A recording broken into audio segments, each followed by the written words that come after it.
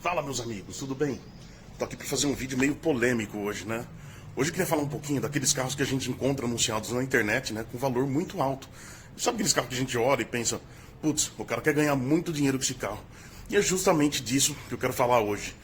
Eu dividi o vídeo em algumas etapas, né? Que eu quero explicar um pouquinho para vocês o que pode estar por trás desse preço. E eu queria que vocês acompanhassem, porque lá no final do vídeo eu queria passar uma sequência de vídeo para vocês assistirem, né? De um outro canal.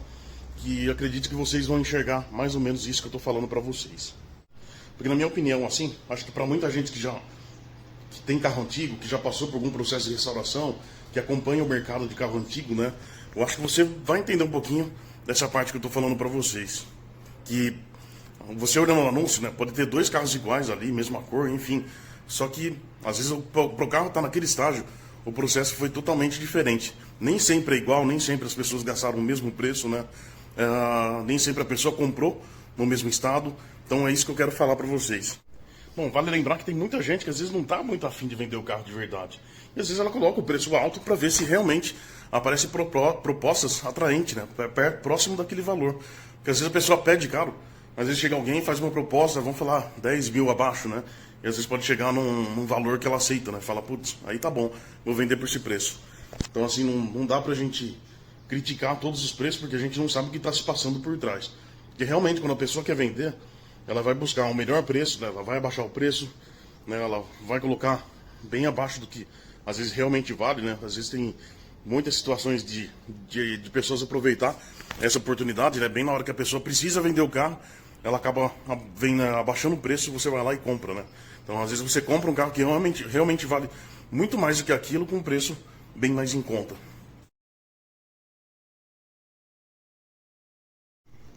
Um detalhe que também está por trás do anúncio que a gente nunca vai descobrir, né, a não ser que você realmente tenha interesse no carro e converse com o dono, é quando ele comprou esse carro. E por que eu falo isso? O que tem a ver com o preço? Tem muito a ver. Eu vou citar um exemplo do meu carro. O Maverick, eu comprei ele faz muito tempo, né? Paguei R$ 4.500 esse carro. Então eu fico imaginando, se eu tivesse feito a mesma coisa que eu estou fazendo hoje, nele, nesses dias atuais, né? Da preparação do motor, juntamente com todo o processo de funilaria e pintura, naquela época, se eu pagasse R$ 4.500 do carro e colocasse mais todo esse investimento em cima, eu acredito que com R$ 50 mil eu deixaria o carro tinindo, até mesmo montando essa mesma preparação que eu estou fazendo hoje. Isso naquela época que eu comprei o carro. Porém, o que aconteceu depois, esse carro aí começou a subir o preço, as peças também começaram a subir, e hoje o custo é totalmente diferente. Como eu até comentei com vocês, né? Só o motor dele mesmo, eu vendi o meu Opala, né? No ano passado. O dinheiro foi tudo no motor, nas peças do motor. E acredito eu que o motor chegue a custar mais ou menos R$ 50 mil ele pronto, tá? Então assim, praticamente o valor que eu gastaria lá atrás.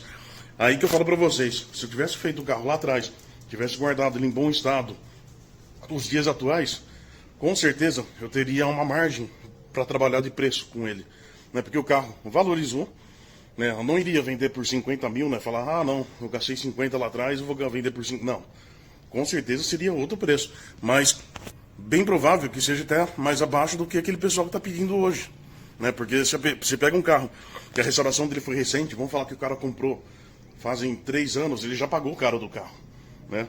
Ele já pagou o caro do carro, as peças são realmente caras, né? O dólar subiu, então tem muita coisa que está por trás de todo esse processo. Essa foto aqui vocês podem ver que é meu carro no início da restauração. A gente teve que retirar toda a tinta dele, né, para conseguir fazer orçamento de funilaria e pintura. E por que fizemos isso? Porque a pessoa não conseguia ver o que tinha por baixo, né? Então poderia ser tanto pouca coisa para fazer, quanto muita coisa, porque meu carro estava com uma pintura muito mal feita por cima, né? Você via que era uma pintura bem grosseira mesmo, né? Então a gente removeu toda a tinta do carro. Então vocês podem ver na foto que lá na parte de baixo dele, perto da roda traseira, você vê ponto de massa. Então todos os pontos de massa estavam aparentes depois que a gente fez todo esse processo. Então ficou mais fácil para a pessoa realmente ver o que ela tinha de trabalho no carro. Então esse processo aí já custa muito mais caro do que você dar um banho de tinta, que depois eu vou falar do Corcel que a gente fez isso, tá? Então é um processo que realmente sai muito caro, dá um impacto grande lá no final da restauração. Por exemplo, eu já vi casos da pessoa colocar o carro naqueles equipamentos que viram o carro de ponta cabeça. Então, às vezes, depois você vê a pintura por cima, tá a mesma coisa pela parte de baixo, né? Só que tem muitos anúncios que às vezes a pessoa não coloca e realmente você vai ver na hora que você for entrar embaixo do carro, né? Eu não fiz isso no meu carro, mas eu já vi muita pessoa que faz. E às vezes a gente vê dois carros lá, né? Iguais, daí um tá pintado assim e o outro não, né? Daí você não consegue ver a diferença, você vai achar que os dois são iguais, mas tem muita coisa diferente, tá? Mas já falo pra vocês que essa parte de funilaria também custa muito caro e vai dar um impacto grande lá no final do processo de restauração, né? No custo final do carro. Nessa foto vocês podem ver o Corcel. O que aconteceu com ele aí? Esse carro aí é de família, é um carro que tá comigo já faz muito tempo, né? Eu ganhei ele quando eu tinha 17 anos. Eu tô com 36 hoje. Então é um carro que a gente sabe todo o histórico dele, né? Porque foi tirado zero pelo meu avô. Então é um carro que a gente sabe se teve algum acidente ou não. É um carro que foi extremamente bem cuidado. Então é um carro que quando eu peguei ele tava com a pintura queimada. Então o que a gente fez? Resolveu pintar de novo. Então deu um banho de tinta nele. Então, por exemplo, se às vezes você pode ver um carro que foi realmente restaurado no padrão do Maverick, e pode ver um que deu um banho de tinta que nem esse. E os custos são totalmente diferentes lá no final. E coisa que a gente não vê no anúncio, tá? Então esse Corcel a gente fez esse banho de tinta, então a gente só atacou realmente os pontos que realmente precisava atacar, sabe? Que os lugares que dava aparente, né? Não removemos toda a tinta dele, então o processo foi bem mais fácil do que o que aconteceu com o Maverick. Então os custos são totalmente diferentes. Outro detalhe muito importante que a gente vê, tem que avaliar no carro, são a parte de acabamento. E por que eu entro nesse detalhe? Eu lembro, vou contar a minha experiência que eu tive, né? Meu carro, quando fui montar o teto de vinil, por exemplo, o friso dele sumiu. Eu perdi o friso na restauração. E eu tava com o teto montado já, né? E faltava o acabamento da coluna da porta traseira, que faz o fechamento do teto. E aí o que aconteceu? Eu comecei a procurar esse friso, encontrei o original anunciado, e eu lembro que na época o pessoal falou já pra mim, né? Aliás, o especialista falou pra mim, falou, cara, se você não encontrar esse friso, você não encontra em lugar nenhum. E outra coisa que também custa caro quando você encontra. E foi exatamente isso. Quando encontrei esse friso, estava anunciado como original, então comprei e paguei R$ 1.000. E é esse friso aqui, ó. Esse aqui é o original, tá vendo? Que eu acabei encontrando depois, ó. É um par de frisos desse aqui, né? Um de cada lado. Paguei R$ 1.000. Quando chegou aqui, ele não era o do quatro portas, né? Então daí eu devolvi. E aí me mandaram a réplica. Falou, ó, é o seguinte, agora eu vou ter a réplica aqui, né? Do quatro portas, eu vou conseguir pra você. Aí, eu paguei R$ 1.000 original, a réplica caiu pra menos da metade do preço. Acho que foi pra 450, mais ou menos isso, acho que foi, tá? E qual que é a diferença? Você olha nos dois. Eu consegui ver diferença, por quê? Quando você colocava um do lado do outro, esse aqui você via que ele tinha um acabamento um pouquinho mais estreito, né?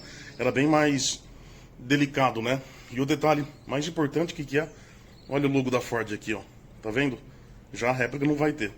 Então, se você pegar todo o conjunto do carro ali, né? É muito delicado porque são coisas que a gente não consegue ver. E, por exemplo, e por que eu não coloquei esse aqui? Porque se você vê o custo que é para você fazer toda a restauração nessas coisas, acho que você não iria ficar muito contente. Tá? Não vou falar que não vale a pena, porque vale.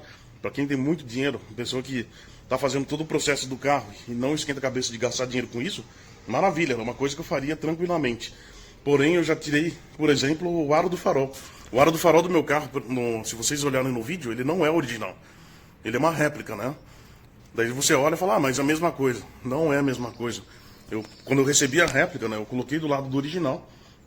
E ele tem uma borda dele ali, que no original ele é estampado, né? Você vê que tem uma dobra na chapinha, né?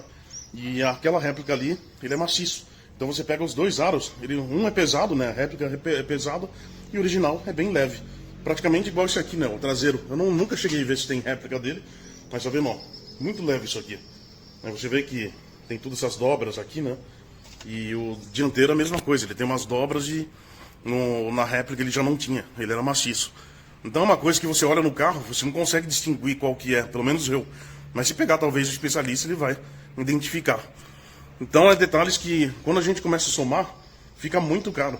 Então o aro de farol, por exemplo, naquela época que eu fiz um orçamento, né? Ele ficava na faixa de seus R$ 700 a R$ 800 para restaurar o par de aro de farol. E aí o que aconteceu? para mim seria muito dinheiro. Então acabei comprando a réplica e ela saiu por volta de 350, 360 reais, acho que foi o par da réplica de aro de farol, tá? Então, para mim já dá uma diferença boa, porque eu consigo comprar outras coisas com essa diferença, entendeu? Mas quando você pega o carro inteiro para restaurar no padrão original, com os frisos originais, vamos falar, o meu tem todos os frisos, ele tinha todos. E muitos são guardados lá porque eu não coloquei no carro. Mas se fosse para restaurar tudo aquilo ali, ia ficar muito caro, sabe? Ia ficar muito caro. E são coisas que a gente olha de um carro para o outro, pode parecer igual, mas às vezes pode ter essa diferença no processo da restauração do carro. Lembrando também que isso se estende para a parte interna do carro, né? Tanto um banco, por exemplo, original, se você começar a caçar hoje, por exemplo, um banco de carro, né? É uma coisa que dá uma diferença boa. Eu lembro do Maverick, né? Que eu troquei o banco do meu carro, mostrei para vocês. Ele tá com um banco moderno na frente, né? Separado, porém eu tenho o banco inteiriço atrás. E eu lembro uma época que eu cogitei vender ele e já começou a aparecer um monte de gente interessado. Falou, eu quero esse banco, quero esse banco. Daí eu entrei na internet, eu vi que não tem assim anunciado, né, para você comprar o original. E como eu tenho a ideia de futuramente até vender esse carro, eu falei, quer saber de uma coisa? Eu vou guardar ele. Vou guardar porque vai ser um atrativo a mais se a pessoa quiser voltar à originalidade desse carro, né? Então se ela quiser voltar, eu tenho o banco original. Tá com aquela capa original dele, o tecido original, né? Ele tá rasgado, mas tá original. Eu tenho tecido do banco traseiro também, original guardado. Então assim, eu vou deixar ele guardadinho, né? Eu tenho um espacinho para deixar lá. Então, se um dia eu pensar em vender, é um atrativo a mais para a pessoa, se ela quiser voltar o carro ali, pelo menos a interna, né? Porque só vai estar o banco diferente. A originalidade tá ali.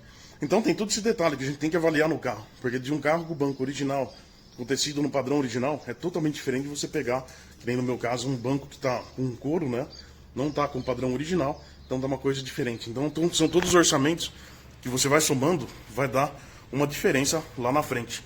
E tanto um volante original, né? Então vai depender muito de como você compra o carro. Por exemplo, se você compra o carro sem o banco original, aí se você vai atrás para comprar um, aí você vai ver o preço que é. Aí você compra um carro que está sem o volante original, aí você vai lá atrás para comprar. Agora, se você compra um carro que tem tudo isso aí já, é uma coisa que você elimina, como acontece com os frisos. Você pode comprar um carro que está com todo o jogo de frisos, como você pode comprar um que está sem e você pretende colocar, entendeu? Então é tudo coisa que vai alterando, né? Então não é sempre o mesmo padrão. Você coloca os dois carros iguais, as formas que eles foram feitos dificilmente vão ser iguais. Vai existir uma grande diferença. A parte mecânica do carro também é muito interessante. E por que eu digo isso? Vou citar um exemplo, o Corcel, né? Vamos falar assim, que eu tô com ele faz todo esse tempo, né? Desde os meus 17 anos. É um carro que lá, inicialmente, a gente fez o motor dele. E o motor dele tá novo ainda, sabe? Porque eu não rodei um absurdo de quilometragem com esse carro. Chutando alto ali, no máximo uns 14, 20 mil quilômetros ali, chutando alto durante todo esse período, né?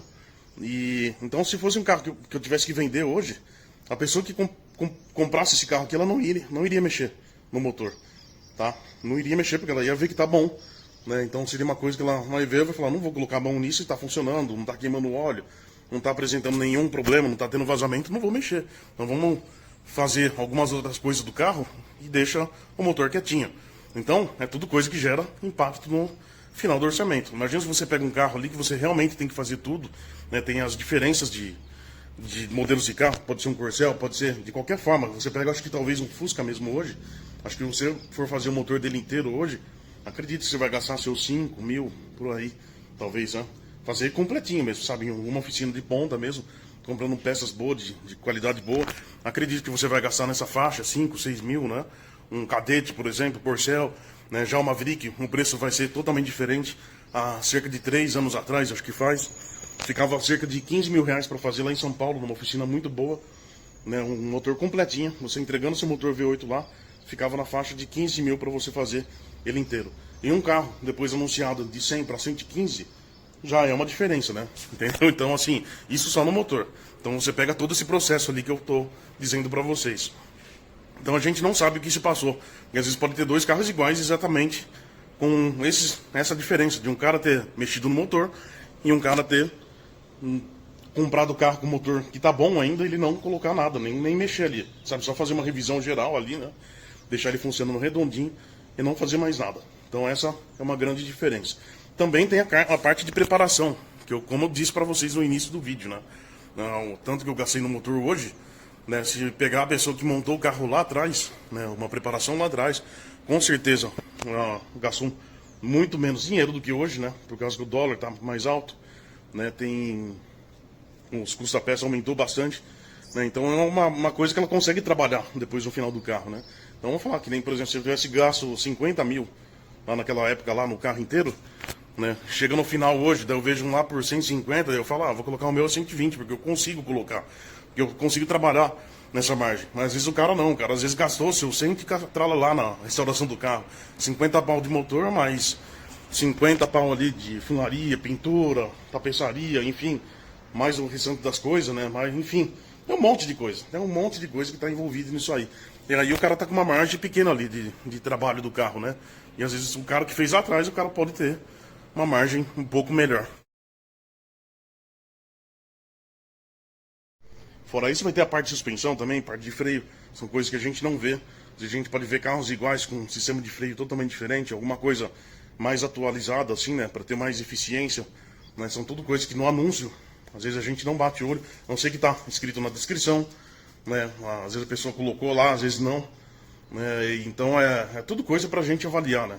Quando a gente está interessado no carro, a gente tem que perguntar para o dono do carro, ver o que realmente tem, o que foi feito, né? Se ele restaurou o carro, que processo foi feito, né? Porque são coisas que a gente não consegue distinguir só olhando uma foto e olhando o valor, né? Realmente a gente tem que entrar profundamente para ver o que está acontecendo ali, o que aconteceu, né?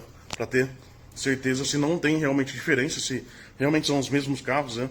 A não ser que sejam carros originais mesmo, sabe? Carros que, vamos falar assim, que é digno de placa preta, né? Que daí a pessoa geralmente não vai ter alterado muita coisa, mas de qualquer forma tem todo esse processo envolvido.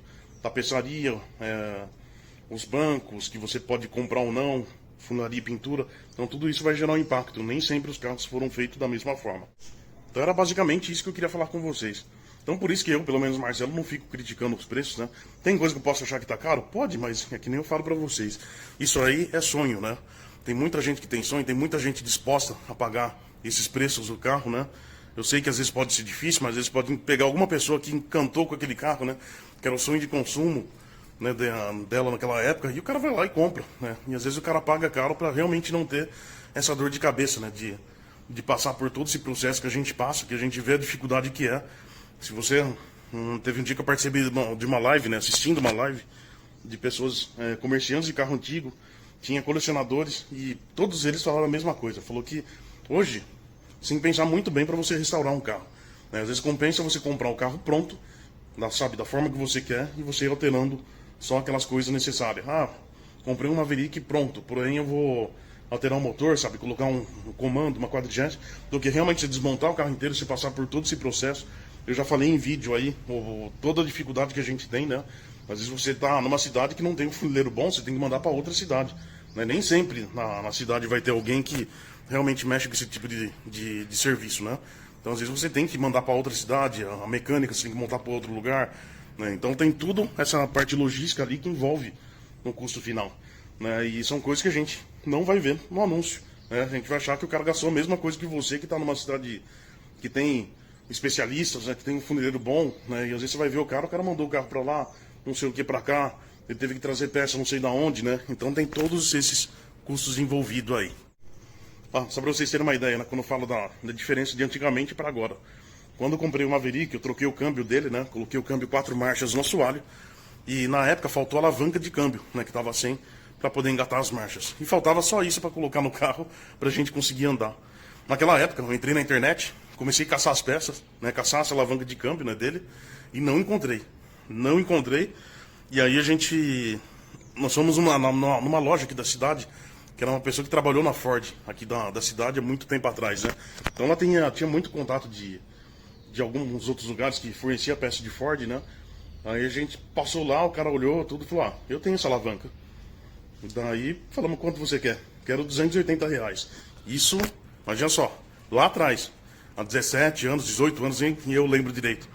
Então era uma boa grana, cara, naquela época, 280 pau de uma alavanca de câmbio. E o que aconteceu? Como ele viu que a gente estava procurando, não precisava disso aí para comprar, para fazer o carro andar, ele pediu o preço que ele queria e vendeu, porque a gente teve que comprar para colocar no carro, não tinha como ficar esperando. E passou um tempo, né, sabe, acho que questão de um mês ali, eu entrei na internet, procurei, daí encontrei alavanca por 120, sabe, bem mais barato. Né, e isso acontece muito nesse meio.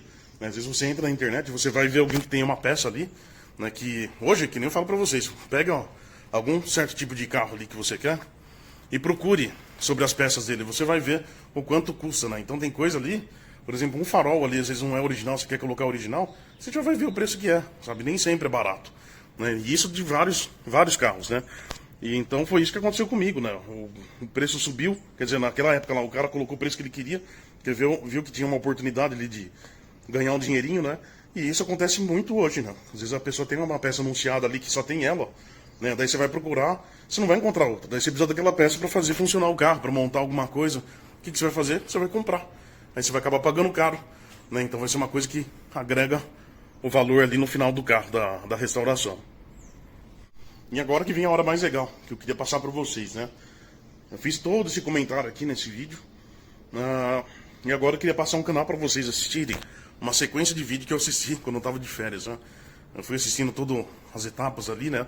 Acho que não foi todas assim certinho, né? Eu pulei algumas, né? Mas até mesmo para até ver a parte final. Entre no canal daquele cara que tem o Museu do Dodge, né? Badolato. Procurem aí no YouTube. Procurem no vídeo dele, né? Na sequência de vídeo. Tem um vídeo que ele está restaurando um Golf. Um Golf ano 96, 95, não vou lembrar agora. Aquele primeiro modelo de Golf que teve aqui no Brasil, né? Não, o que teve, esse que a gente encontra bastante por aí.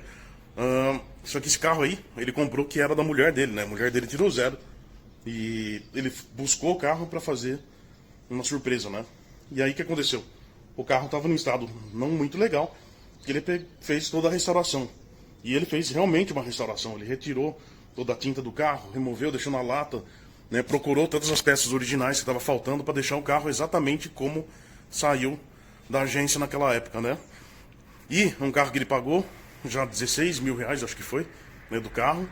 E no final, depois do vídeo, ali na sequência de vídeo, ele passa todo o custo do carro, né? O custo que ele teve para comprar, por exemplo, um volante original, não sei o que original, né? Que daí era tudo caro, as peças, né? Uma lanterna, um exemplo que eu estou dando, né? Então ele colocou o custo de tudo. E no final de todo esse processo, sabe quanto que ele gastou? Mais de 70 mil reais nesse carro, né? E é um carro que, por exemplo, se a gente colocar hoje um carro igualzinho aquele que está bem conservado, que aí que eu falo para vocês, o carro foi conservado lá atrás, de 90 e pouco, até nos dias atuais, aí você coloca o preço dele, o carro que foi restaurado dele, anunciado na internet, vamos falar se o cara pedir 70 mil daquele carro, daí você encontra um outro por 30. O que a pessoa vai falar? Ah lá, o cara tá querendo ganhar muito dinheiro com isso aí, entendeu? Mas aí a pessoa não sabe o que passou, o carro foi realmente restaurado, o cara fez tudo novo, praticamente, né? Então são coisas que é bem delicado. Não tem como a gente criticar, né? Sem saber o que realmente se passou por trás, né? Então é totalmente diferente você comprar um carro lá atrás, você conseguir preservar ele até nos dias de hoje, aí você vai vender, você consegue trabalhar um preço do que você pegar, você fazer toda uma restauração, né? Como esse cara fez, né? Então até nesse vídeo aí que ele passa o valor, ele mesmo mostrou, acho que é um anúncio, num carro igualzinho aquele lá, com um preço mais barato, né? Só que é um carro que foi realmente preservado até nos dias atuais, né? E eu acho que o carro estava praticamente a metade do preço do que ele gastou naquele carro, né? Mas qual que é o problema daquilo ali? É porque era um carro que foi realmente da família dele, né? Então por isso que ele buscou aquele carro, não tinha que ser um outro igual. Ele buscou aquele carro, exatamente aquela placa de carro para poder fazer todo esse processo, né? Então tá aí o diferencial. Mas é legal você ver o custo, né? Porque às vezes a gente encontrar um carro desse lá na frente, anunciado, né? Por exemplo, se um dia um cara desse vender um carro desse aí, o cara às vezes pode pedir caro e às vezes a gente vai olhar e vai falar que o cara tá pedindo um absurdo, né? A gente realmente não vai saber o que o cara passou para chegar até ali, né? E por isso que eu falo que vale a pena dar uma olhada, né? Que é muito interessante isso aí. Eu acho muito interessante. Inclusive, assim, até pra gente enxergar de um modo diferente os anúncios. Esses dias mesmo, eu vi um Maverick, agora ele já não tá mais anunciado. Ele era um 4 portas, né? E ele tinha tanta coisa ali de preparação ali, de suspensão, parte mecânica, tinha freio importado, né? E eu lembro que o cara tava pedindo um preço mais caro do carro. Aí o cara começou a baixar o preço e eu acho que chegou até nos 100 mil reais o carro. E eu lembro que eu já tava vendo isso aí e uma outra pessoa, que é um amigo meu, ele me mandou esse anúncio, né? Falou, cara, o cara gastou muito mais do que isso no carro, entendeu? E não é porque às vezes o cara tá precisando vender, como eu falei. Às vezes o cara precisa vender, tá precisando do dinheiro e o cara começa a baixar o preço e às vezes não é porque o cara não tá querendo ganhar dinheiro em cima, é porque às vezes o cara tá precisando vender mesmo, entendeu? E às vezes você pegar um cara que tem um carro desse e não precisa vender, o cara vai deixar o carro fixado no preço lá em cima, né? E como eu já vi muito caso, às vezes a pessoa vai lá e fala, ah, você tá pedindo caro? Compra um e faz igual.